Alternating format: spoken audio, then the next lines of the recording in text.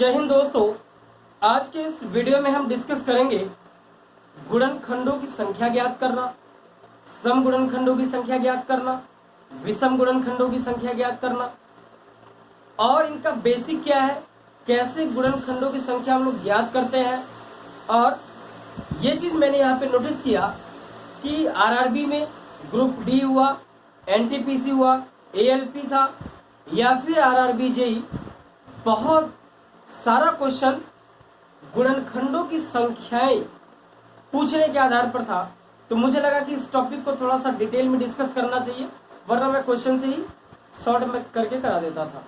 लेकिन इसमें दोस्तों मैं चूंकि बहुत क्वेश्चन इस पे पूछ रहा है और इसका कंसेप्ट लोगों को क्लियर नहीं हो पाता है, तो इसमें हम पूरा डिटेल जानेंगे कि गुणनखंड होते क्या है, संख्या कैसे ज्ञात करते हैं। और सबसे ज्यादा प्रॉब्लम तो तब आ जाती है जब इनका अलग अलग पूछता है कि गुणनखंडों की संख्या ज्ञात करिए, सम गुणनखंडों की संख्या बताइए, विषम गुणनखंडों की संख्या बताइए, और एक इसी में पूछता है अभाज्य गुणनखंडों की संख्या ज्ञात करना।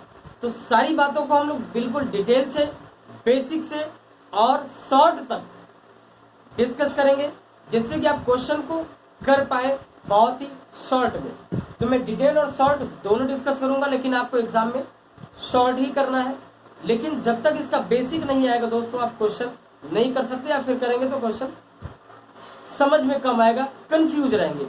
तो ये वीडियो देखने के बाद आपकी कंफ्यूजन हमेशा के लिए समाप्त हो जाएगी। आप कोई सा भी क्वेश्चन इसमें का करेंगे तो डायरेक्ट आप देखते ही कर पाएंगे। अब आइए देखते हैं इसके कंसेप्ट। सबसे पहले देखिए दोस्तों कि 2 के घाते 8 गुणे 3 के घाते 2 गुणे 5 के घाते 3 गुणे 7 के घाते 5 में कितने गुणनखंड सम संख्या है, यानी कि कितने सम गुणनखंड है। तो सबसे पहले जान लेते हैं कि गुणनखंड क्या होता है। ये हुआ दोस्तों 12, ये मैंने लिया 24। इसमें भी होता है दोस्तों गुणक, जिसको लोग बोलते हैं मल्टीपल, और इसको बोलते हैं फैक्टर। अब इन दोनों चीजों को बड़े बारीकी से समझते हैं।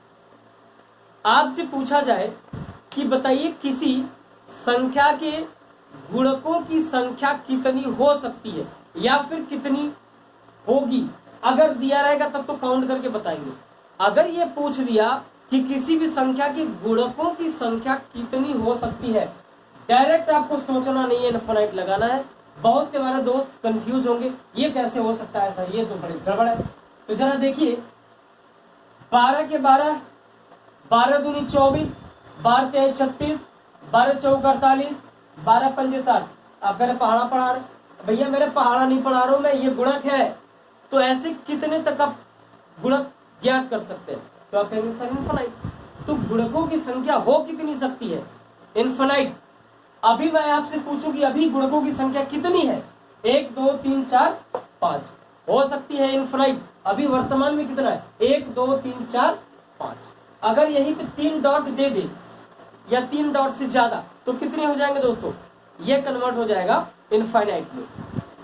अब जरा देखिए फैक्टर पे आते हैं।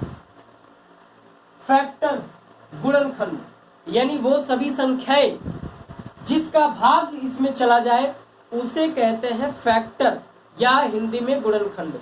ठीक है, 1 का भाग जा रहा है दोस्तों, 2 का, 3 का, 4, 6, 8, 12, 24। 1 2 3 4 5 6 7 8। कितने गुणनखंड हुए दोस्तों? 8। क्लियर है कि नहीं ये बात? अब जरा बताइए कि क्या 24 का गुणनखंड अगर करना हो तो 8 गुणे 3 कर सकते हैं कि नहीं? 8 गुणे 3। तो मेरे भाई 8 गुणे 3 8 3 का 24 हुआ गुणनखंड। तो ये बताओ कि क्या 8 को 2 की घाते 3 गुणे में 3 की घाते 1 लिखा जा सकता है? आप कहेंगे तो बहुत आसान है, तो कर ही सकते हैं। अरे मेरे भाई कर सकते हो, लेकिन इसका कंसेप्ट सीखने के लिए मैंने आपके साथ लिया है सबसे छोटा नंबर, जिसका कि ठीक ठाक फैक्टर हो जाए। ठीक है, अब बताइए 2 के घाते 3 और 3 के घाते 1,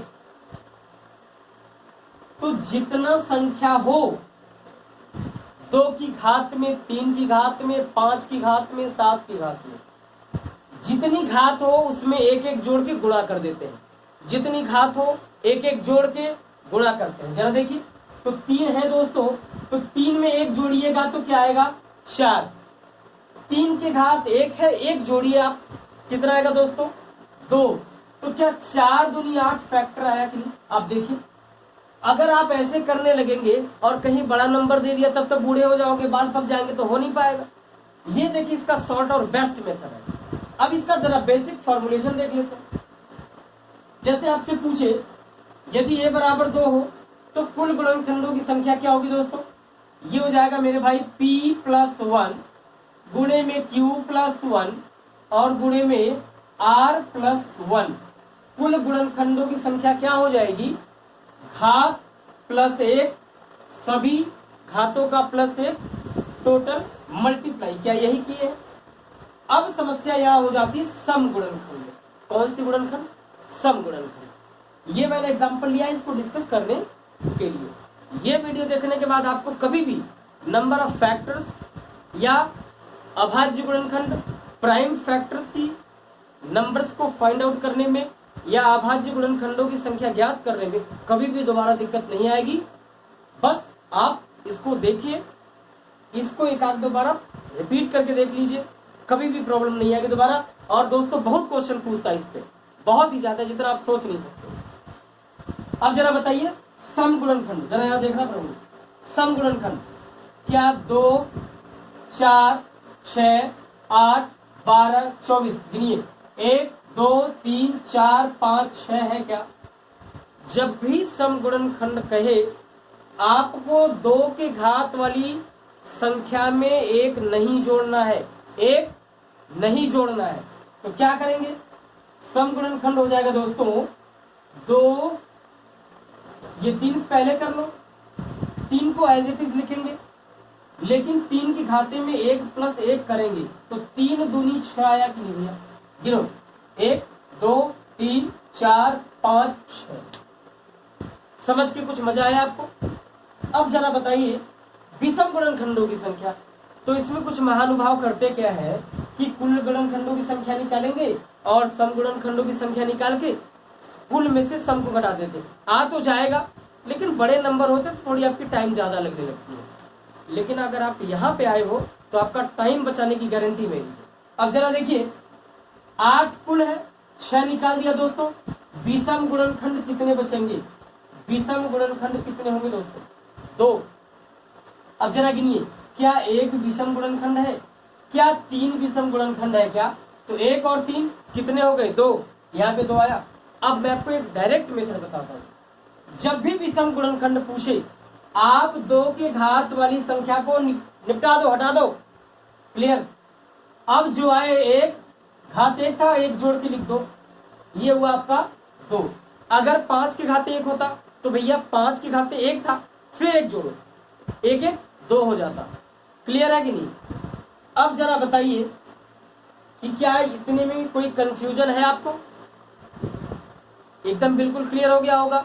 अब दोस्तों इसमें एक चीज और पूछता है कि अभाज्य गुणनखंडों की संख्या बताइए, कौन से गुणनखंड, अभाज्य। तो कंफ्यूज नहीं होना दोस्त, क्या 3 और प्लस 1 बराबर 4, अभाज्य गुणनखंड कितने होंगे इसके 4। जरा कैसे, क्या 8 को 2 गुणे 2 गुणे 3 और 3 कितनी बार है दोस्त, एक बार, गिनो 1 2 3 4, तो अभाज्य गुणनखंडों की संख्या कितनी हो गई 4 हो गई।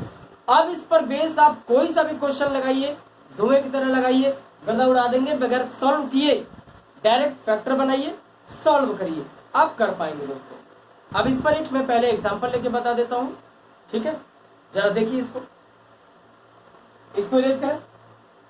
अब देखिए इसमें पूछा क्या है आपसे, कह रहा है कि 2 के घाते 8 गुणे 3 के घाते 2 गुणे 5 के घाते 3 और गुणे में 7 के घात 5 कितने सम गुणनखंड है, कितने सम गुणनखंड है।